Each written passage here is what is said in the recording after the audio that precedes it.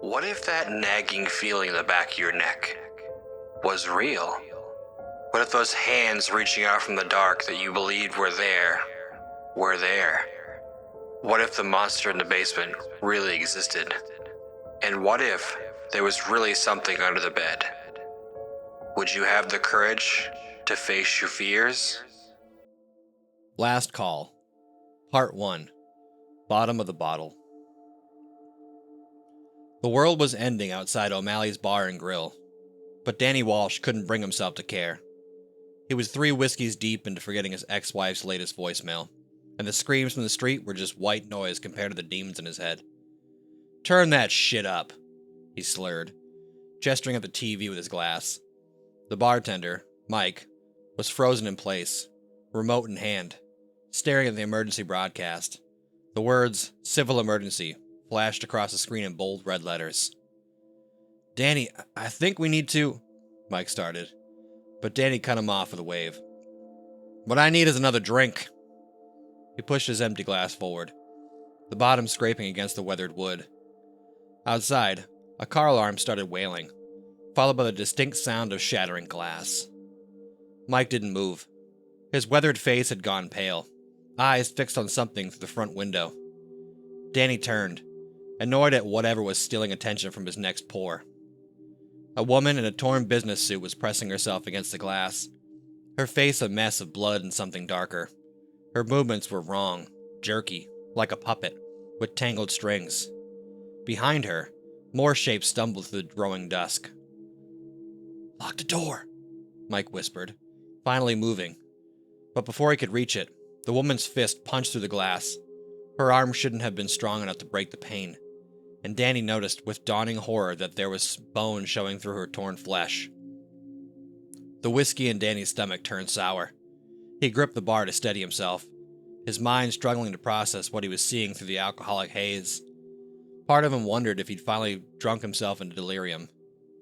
More glass broke. The woman was crawling through now, her movements accompanied by a guttural sound no human throat should make. Behind her, other figures pressed forward, drawn by the movement and light inside the bar. "Back door," Mike said, grabbing a baseball bat from under the counter. "Through the kitchen, now!" Danny stood up too fast, his stool clattering to the floor. The sound drew the woman's milky eyes directly to him. She lunged forward with unnatural speed, jaw unhinging like a snake about to strike. For the first time in years, Danny wished he was sober. Part 2, Hair of the Dog. The baseball bat connected with the woman's head with a sound like a watermelon splitting. Danny stumbled backward as gore splattered across his faded Metallica t-shirt. Mike stood between him and the broken window, bat raised for another swing. "I said move!" Mike roared, shoving Danny toward the kitchen. More infected were climbing through the window now, their movements a horrific parody of human motion. The jukebox was still playing in the corner, Leonard Skinner's Tuesday's Gone, providing a surreal soundtrack to their retreat. Danny's drunk legs betrayed him. He crashed into a table, sending empty glasses shattering across the floor. His vision swam, the room spinning worse than any normal drunk. This couldn't be real. He'd had blackouts before, but nothing like this. "Get up!" Mike grabbed Danny's collar and hauled him to his feet. The older bartender was stronger than he looked. "I'm too old for this shit and you're too drunk." They stumbled through the kitchen's swinging doors. The fluorescent lights buzzed overhead, harsh and sobering. The cook, Jimmy, was nowhere to be seen, but there were dark smears across the stainless steel prep table. "Jimmy!" Mike called out, his voice cracking. A wet, gurgling sound answered from behind the industrial freezer. "Don't," Danny managed, grabbing Mike's arm. For once in his life, he was thinking clearer than someone else. "We gotta go." The back door was just ahead, its red exit sign a beacon of hope. But as Mike reached for the handle, something slammed against it from the outside. The metal door buckled inward, hinges screaming. "Shit!" Mike spun around, searching for options. "The walk-in cooler, now!" They sealed themselves inside the cooler just as the kitchen doors burst open. Through the cooler's foggy window, Danny could see shapes shambling past. His breath came out in visible puffs, and for the first time, He felt the early tremors starting in his hands. He hadn't gone more than a few hours without a drink in years. Mike pressed his back against the shelving, sliding down to sit on the floor. "We'll wait them out," he whispered. "Someone will come. The police, the military. Someone has to come." Danny stared at the bottles of beer surrounding them. "Yeah," he muttered, reaching for one. "Someone will come." The cooler hummed. Outside, the dead walked past, and somewhere in the back of Danny's mind, a voice whispered that maybe the apocalypse wasn't so different than any other Tuesday night. Just him, hiding from the world, one bottle at a time. Part 3. Cold Turkey. 3 hours in the walk-in cooler, and Danny's hands wouldn't stop shaking. He'd gone through 4 beers, but it wasn't enough. Not for this. The tremors were getting worse, and the cold wasn't helping. Neither was the sound of Jimmy, or whatever used to be Jimmy, scratching at the cooler door. "You need to slow down," Mike said, watching Danny reach for another beer. "We might be here a while." Danny laughed, a harsh sound that echoed off the metal walls. "You don't understand. I can't stop. Not cold turkey. Not now."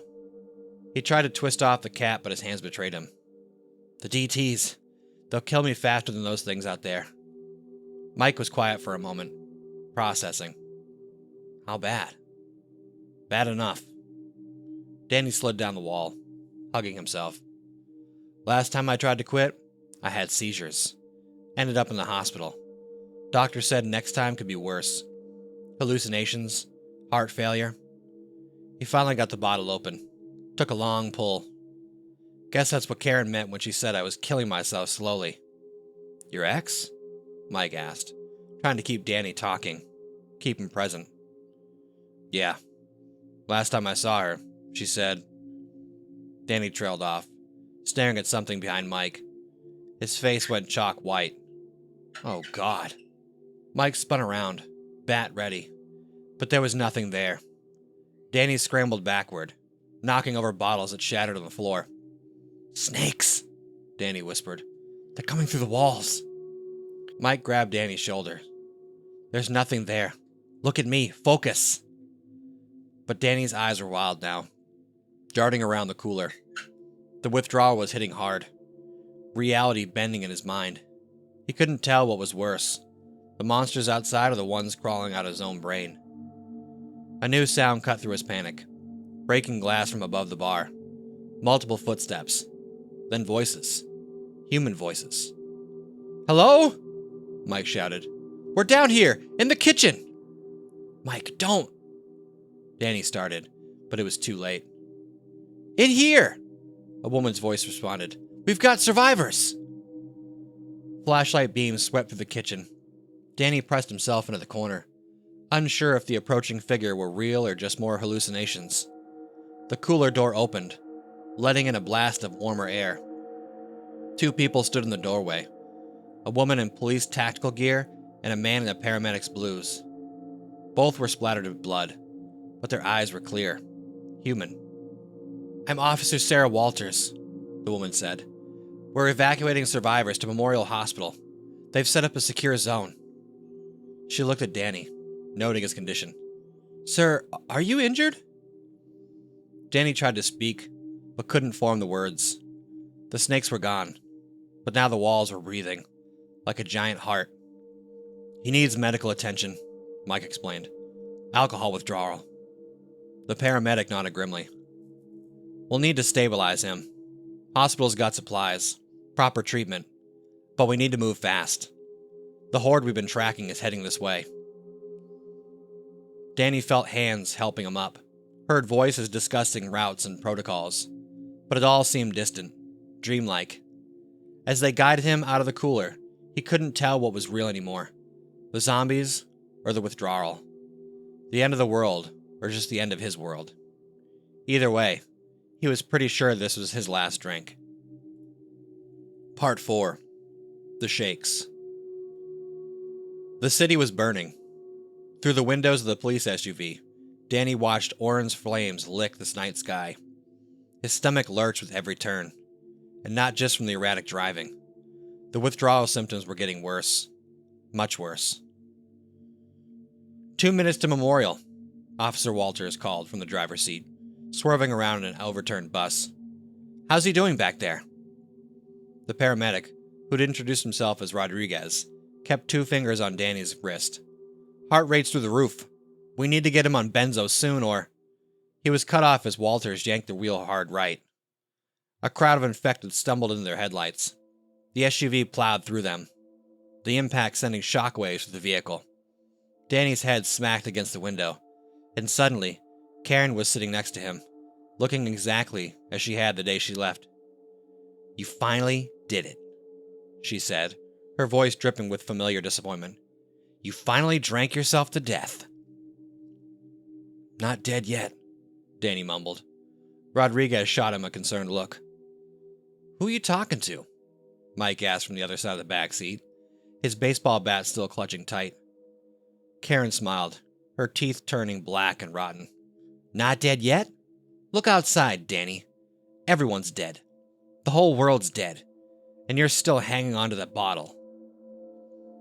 Danny squeezed his eyes shut, but it didn't help. Behind his eyelids, he saw worse things. Writhing shadows, crawling corpses.